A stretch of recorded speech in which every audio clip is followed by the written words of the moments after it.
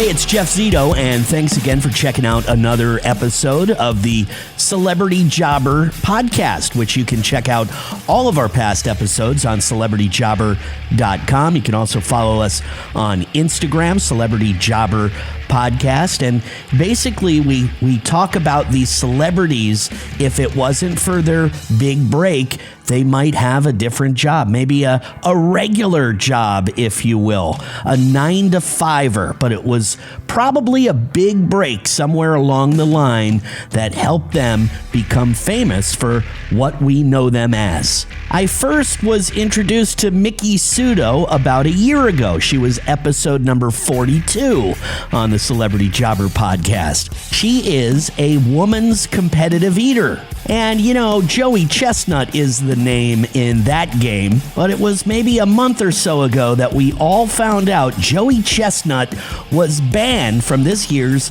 4th of July Nathan's Hotdog eating contest. Joey Chestnut actually got an endorsement from Impossible Meats, and for some reason, the folks at Nathan's Hot Dogs thought it may have been a conflict of interest. So they banned Joey Chestnut from this year's eating contest. Well, Joey Chestnut did compete in a hot dog eating challenge on the 4th of July in San Antonio, Texas, where he helped raise $106,000 for military families. Joey devoured 57 hot dogs. This year's men's champ, Patrick Bertoletti, won the mustard belt by taking 58 francs down, and the ladies' champ, Miki Sudo, broke her own record and finished at 51 hot dogs. There may be a time in the not-so-distant future where Miki Sudo could actually be the world champion in competitive hot dog eating in both the women's and men's division. She's from the Tampa Bay area. Who is Miki Sudo? What would she be doing if she wasn't the world's greatest female hot dog eater? We'll talk about her big break, her first job, and of course the big question, what happens, in the bathroom when you eat all of those hot dogs? The woman's 4th of July Nathan's Hot Dog eating champ, Miki Sudo, my guest right here on Celebrity Jobber. The Celebrity Jobber podcast with Jeff Zito. If you like what you hear, please subscribe, give a 5-star rating, and leave a review. Check out all our past episodes on Apple Podcasts, Spotify, or wherever you pod. What if these celebrities weren't famous? What would they have become? What was their first job? We're about to find out. It's now become a tradition on July 4th on ESPN, the Nathan's Famous International Hot Dog Eating Contest, the Super Bowl of competitive eating. And I'm sure you know the name Joey Chestnut, who's been the champ for I can't tell you how many years in a row now. He eats between 65 and 75 hot dogs every year. But the woman's champion, don't know much about her until this past year. And the world was introduced to Miki Sudo. She is our guest this week on Celebrity Jobber. Congratulations. I mean, this is kind of a big deal, I would say, because I think this is the first year that maybe I have become aware of you, but I think for some reason the world is, kind of become aware of you much more, say, this year than previously. Yeah, it's interesting because, this was my 9th belt. It's my 10th year on the Nathan stage. I basically started doing the hot dog eating contest when I joined the professional circuit.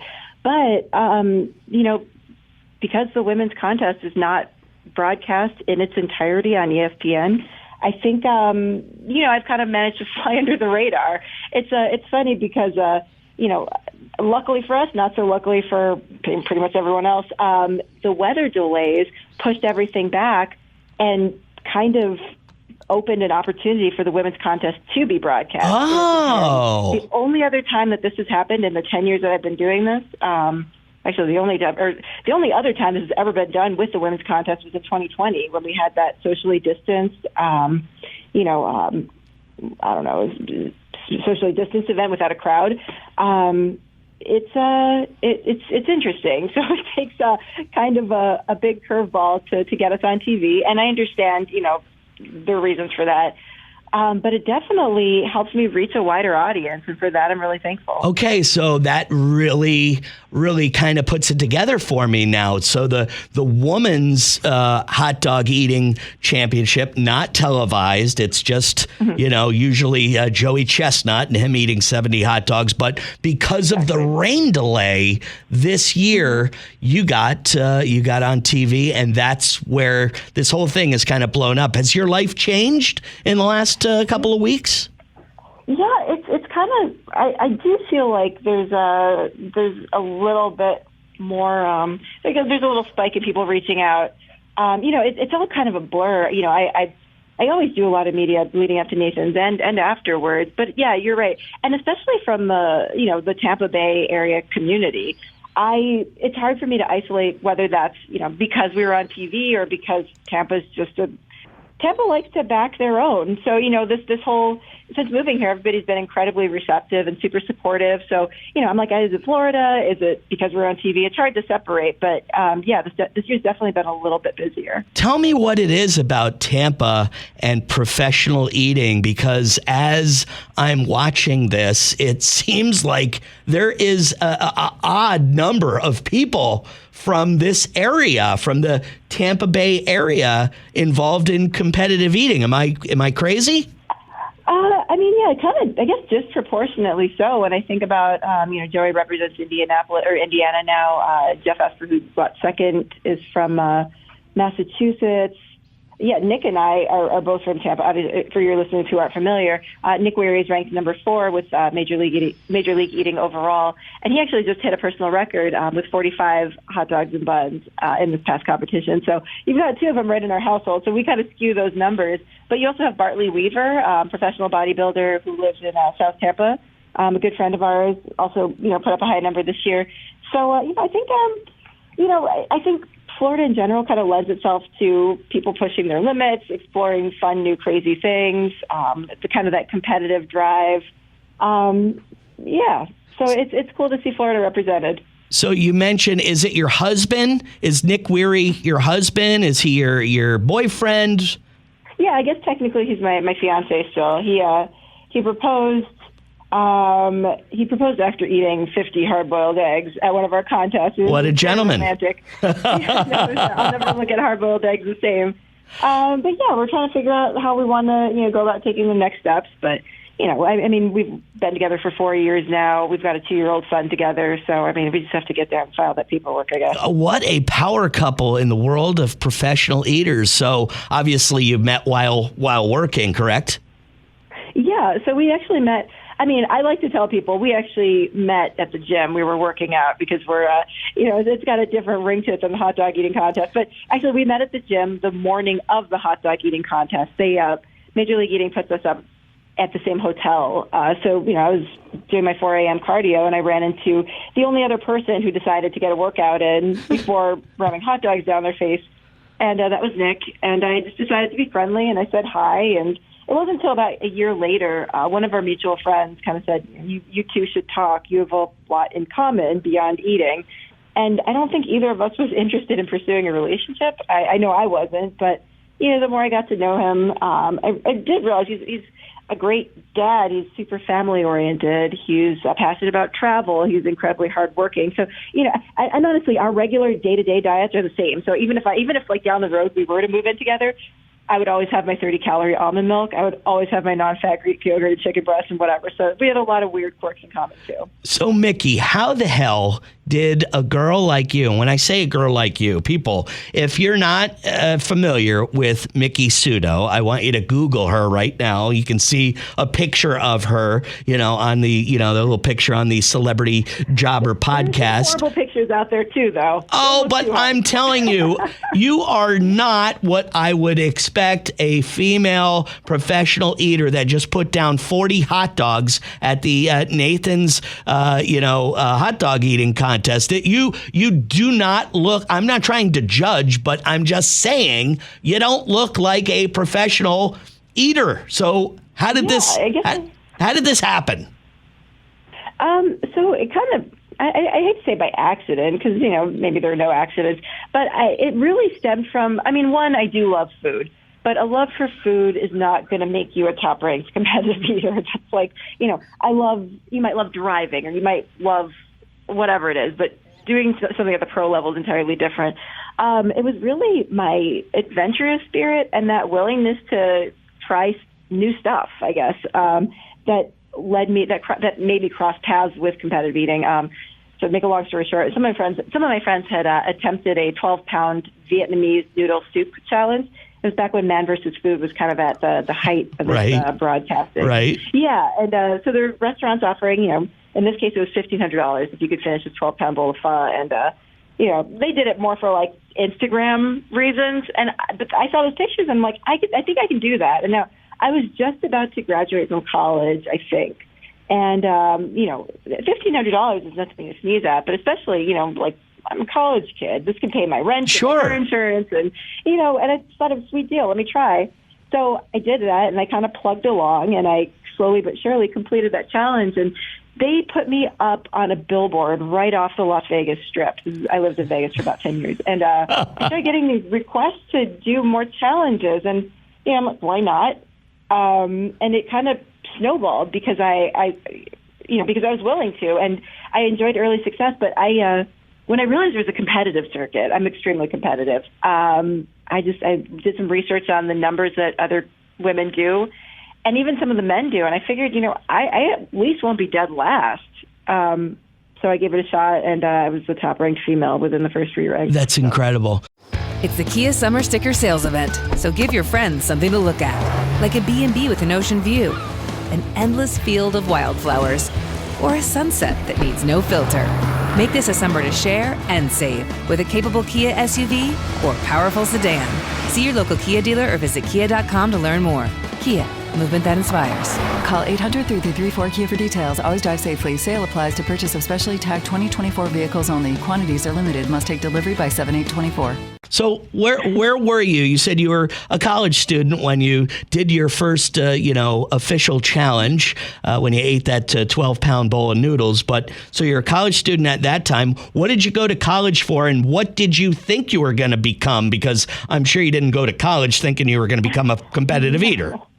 If I were to go back, I'm about to turn 38. If I were to go back 2 decades, I'd do a lot of things differently. But then again, what I did kind of led me to enjoy this pretty cool life. So, I went to high school in California, right in the Bay Area, and I was really determined to go to college in New York. So I put in a handful of applications, and I ended up going to Fordham University in the Bronx. I could skip over this, but basically my mom got sick. I helped her move, this, that, and the other. Ended up in Hawaii. And when it kind of finally came time to re-enroll in school, UNLV, or I guess Nevada and Hawaii, happened to have a mutual scholarship opportunity where they give each other in-state tuition under a certain clause. And anyway, I just figured Las Vegas, why not? And I'm going to pick up where I left off, kind of, and I'll stick with business. But my plans all along were to go to law school. It's just straight out of college at 18 when I had funding and scholarships. That's a little bit different than, paying rent on my own and kind of juggling life and a job. And I think my goal at that point was just to graduate. So I graduated with an international business degree. The concentration that I picked was actually business law, but UNLV did something where they scaled back the classes that I needed. I don't know. They've got a great great law school from what I remember, but they cut back the undergrad law program. Long, boring story short, I ended up with an international business degree with a concentration in finance. Wow. I took an entry-level job, actually helping with, it was almost like digital marketing. Before that was even really a career. So I joined a company, entry-level position, but then I started doing challenges, and I kind of had to choose between pursuing that and this. Yeah, and I would say you probably made the right choice. So at that point I was brand new. I just figured, it's the competitive eating thing. It's not like it was ever supposed to be a career, but I want the flexibility to take weekends off. I don't want to be on call all the time. I want to be able to work somewhere and then also have a nice little healthy balance with my social life or regular life, so to speak. And basically that's kind of when I had to make that decision between going to contests and keeping this job, I decided to step down. And yeah, I would say I'm pretty blessed because that's one of the things that I love the most about what I do. Now instead of making my baby fit into my competitive eating lifestyle, I'm able to mold my competitive eating schedule around my child and around my relationship and my family and my other commitments. So I have a good amount of flexibility to spend time with my family and travel and. So you grew up in California. What did your mom and dad do for work? So actually, I was born in New York and I grew up in Japan. Wow. So okay. Super like we could be all day. When people ask me where I'm from, I don't know is the short answer. But yeah, my parents met in New York, and when I was 4, my family relocated to Japan. My dad's Japanese from Japan, so it just they decided to make that move. And I grew up speaking Japanese. And, when I was 11, my parents separated and we came back to America and actually ended up in Hawaii. My mom's reasoning being my sister and I were not very comfortable speaking English. Okay. So with Hawaii's large Japanese population, she figured that would be the easiest transition. Right. At least easier than moving to like a normal Illinois or Midwest, sure. Somewhere, anywhere else. So yeah, that's kind of how we ended up there. And my mom was, let's see, my parents met working at the same travel agency. My mom taught English in Japan, and when we came back to America, she started up probably doing like a minimum wage job in tech support. Okay. Which was, even to this day, it's probably not like a female-dominated field, but especially back in like 95, 96, women leading the tech support team was kind of rare, but she kind of just kept moving up.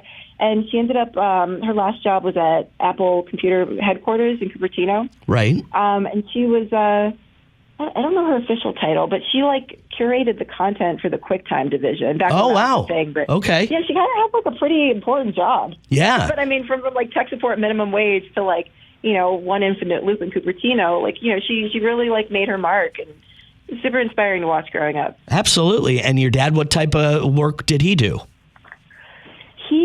Let's see. In Japan, he worked in medical equipment sales.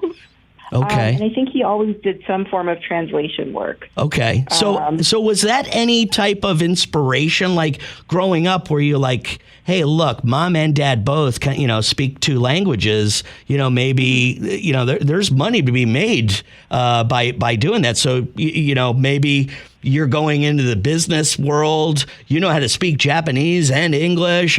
You're probably, pretty much set with a great career. Yeah.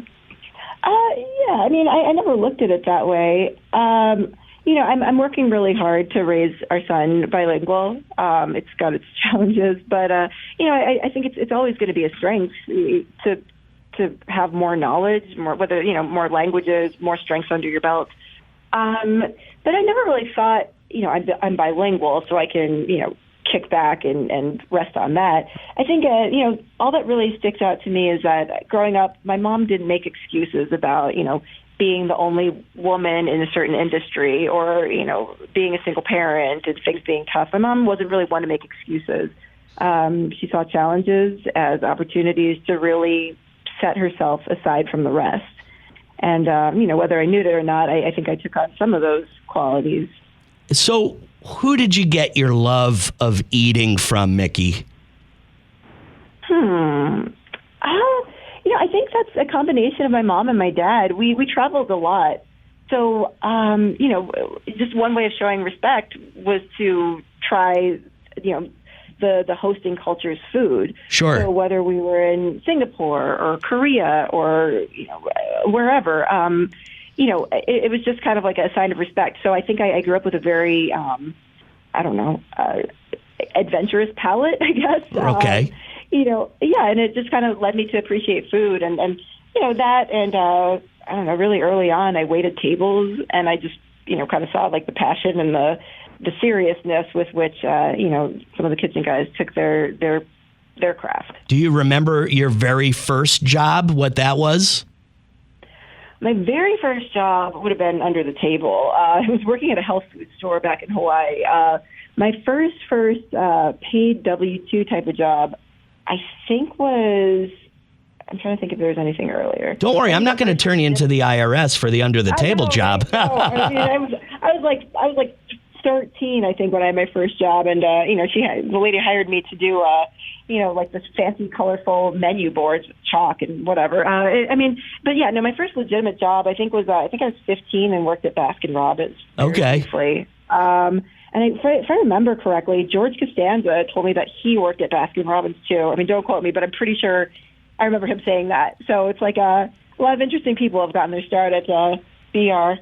But the first one that kind of gave me a good deal of discipline was the Cheesecake Factory. Okay. Their training is serious. And to me, like, even, I continued to wait tables for, a good deal afterwards. But I think at 18, I took a job at the Cheesecake Factory, and it's like classroom style learning, 9 to 5, memorizing menu items and steps of service and stuff like that. So, well, I'm starting to see the connection here. The Cheesecake Factory, Baskin Robbins. It looked like you kind of things went in the right direction for you, Mickey.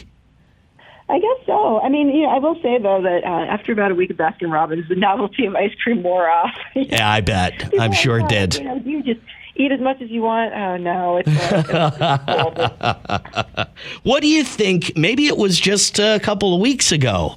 Maybe we haven't really even got there yet. But can you think of, like, your big break? What was it? Was there a particular contest? Because, by the way, not only has Mickey won the Nathan's hot dog eating challenge, is it 8 times? I just collected my 9th belt, actually. 9 times. So she's won that 9 times. She's also, a professional eater and has, she's got hundreds of food challenge wins internationally. So is there some particular challenge or a contest or something? Maybe you won the most money or you got the most notoriety, but was there a big break that you can kind of think about that got you to where you are today? I think I don't know if it kind of happened, without me realizing. I think when I realized, like, I can just do this and let this be my job for now. Obviously, I want to continue to grow and learn, and I have goals for the future. But when I realized, like, I don't need to actually juggle, a job that I'm not passionate about with competitive eating. This is enough, and anything else that I do, whether it be charity work or working, is just kind of like for enrichment or fun. Because don't get me wrong, there's a lot of quote unquote work that goes into this beyond the 10 minutes that you see on stage. I'm sure. Because I take it seriously. Obviously, our events are marketing tools for these food service brands. We are entertainment. My job is to make people smile and, keep them happy for like 30 minutes or so. But as a competitor, I take that very seriously. And also I understand that I'm representing that brand. In the case of the July 4th event, I'm kind of there as a Nathan's ambassador. With that said, my first challenge always sticks out to me because that's when I was so self-conscious. I was so nervous walking into my first ever head-to-head challenge. I almost talked myself out of it. But I decided to go through with it. And what was it? What was your first head-to-head challenge? Yeah, so it was ribs. It was baby back ribs, and this was back in Las Vegas. Because I had done a handful of the, like the man versus food type of challenges, like we talked about. But competing head-to-head is a little bit different because you don't know how much you're going to have to eat. You don't know how fast you're going to have to eat in order to just not come in dead last. The way food challenges work are you have 7, 8, 12 pounds of whatever, and you have to finish it within a certain amount of time, and you either fail or you complete it. Right. But yeah, this is, that voice in my head was just telling me, you don't belong here. Other people know what they're doing.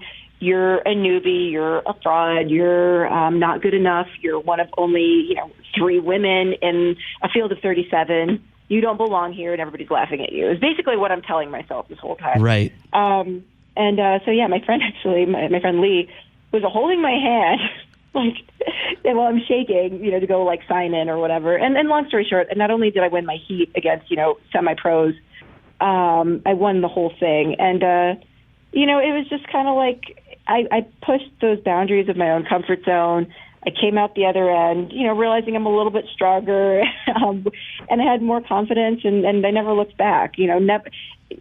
I really don't let myself talk myself out of things just because I'm self-conscious or shy anymore.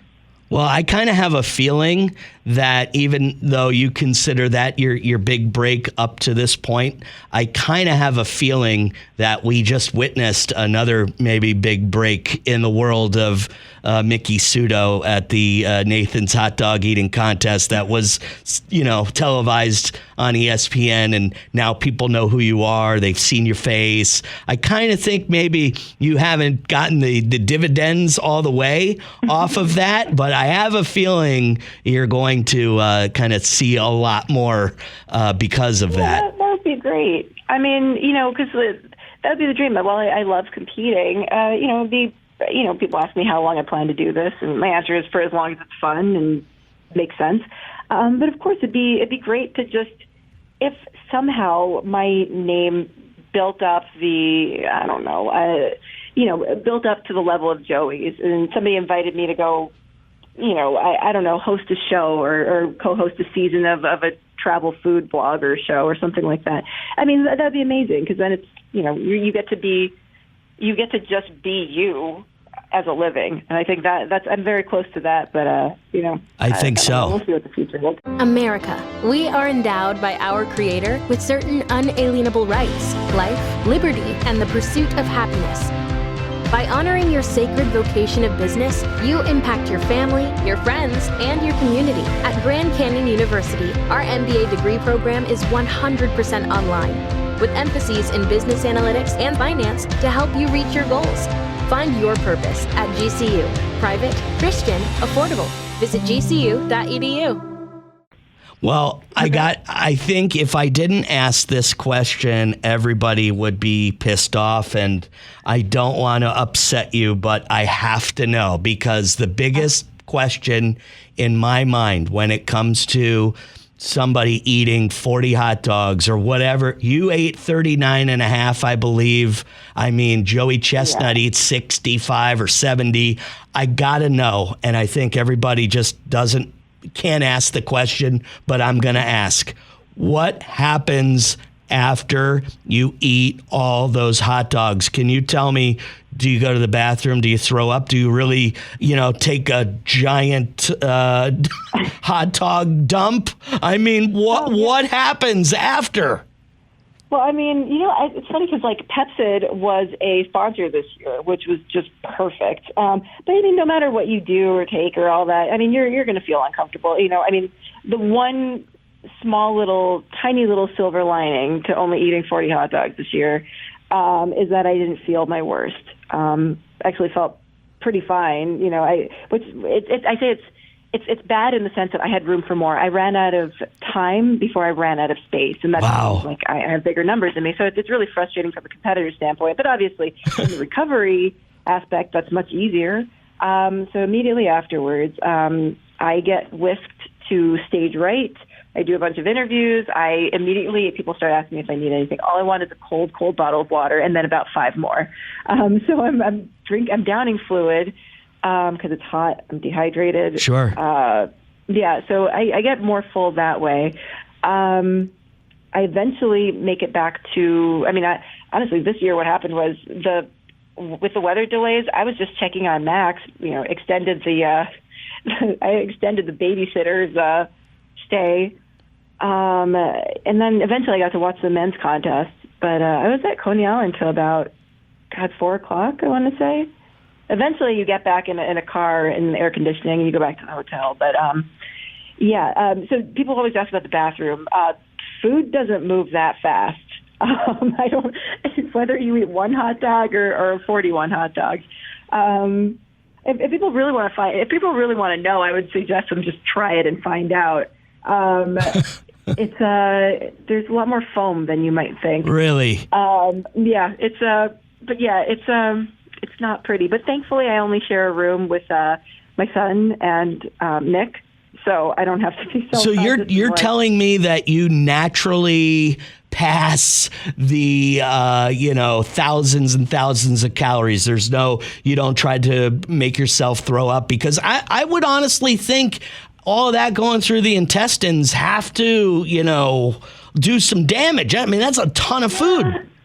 I mean, I definitely wouldn't do it every day. Right. But with that said, I do get doctor checkups pretty frequently. And I think, not saying like the lesser of two evils, but I feel like I eat healthy. I eat healthier than a lot of the population for most of the time. And then, a few times a year, I'll do hot dog practice and then I compete. So I don't know. I'd like to think that balancing it out has allowed me to kind of minimize the effects. My blood work always comes back good. So Joey Chestnut honestly is kind of my guinea pig, because he started years before me. He's 2 years older than me, and he has unfortunately doubled my hot dog numbers in some years. So as long as he's fine, I'm probably okay. Man, I would imagine that you have to keep up on, blood work and stuff like that. And yes, if you had 40 hot dogs every day, I mean, that wouldn't be sustainable for sure. But I know when I have a big greasy meal or just something that's not good for me, I could tell you that it's uncomfortable, and I'm running to the bathroom. I probably have something wrong with me, but I'm like 40 hot dogs. Oh my God, this girl, she can't be more than, how much do you weigh, if you don't mind me asking? 100, 120?